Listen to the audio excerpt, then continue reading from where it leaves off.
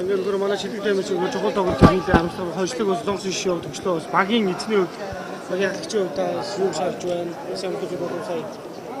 Одоо нууц шиг боллоо. Тэгэхээр зэрэг ер нь тэмцээн спортын тэмцээн уралдаан бол байнга л өрсөлдөөн байдаг л да. Тэгтээ өрсөлдөөн бол шудраг байх хэвээр. Дөрмийн дагуу байх хэвээр. За энэ одоо боксийн тэмцээн дээр бол олон зөвхөн Монголтой холбоотой, Монголын тамирчтай холбоотой биш. Энэтхэгийн тамирчдыг сая яаж илүү хожсон ялтыг нөгөө талд өгснийг харсан.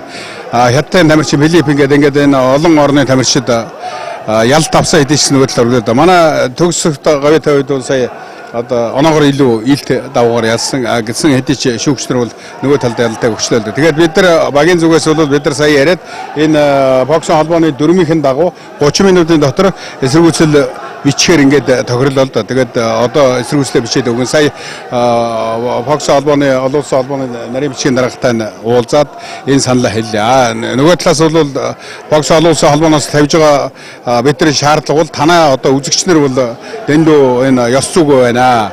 Маш олон одоо савтаа ус юм шийдлээ. Хэрвээ ийм байх юм бол Монголын багийг энэ Азийн наадамд одоо хасах оролцуулахгүй байх тухай ийм асуудлыг ярина.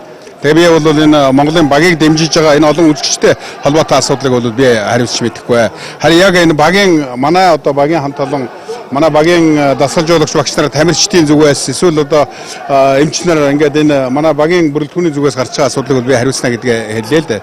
Тэгээ бид нар одоо энэ 30 минутын дотор цаг хугацаанд бид нар эсэргүүцлээ бичээд дахиад одоо компьютер телевиз дээр дахиад шүүлтийг нь үзэн тэгээд эцсийн дүнгийн гаргаж хэлнэ гэж ийм л байдалтай байна.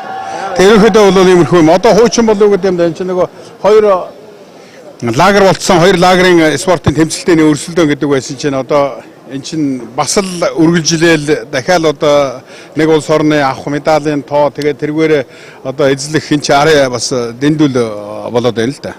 Тий. За 30 минутын дараа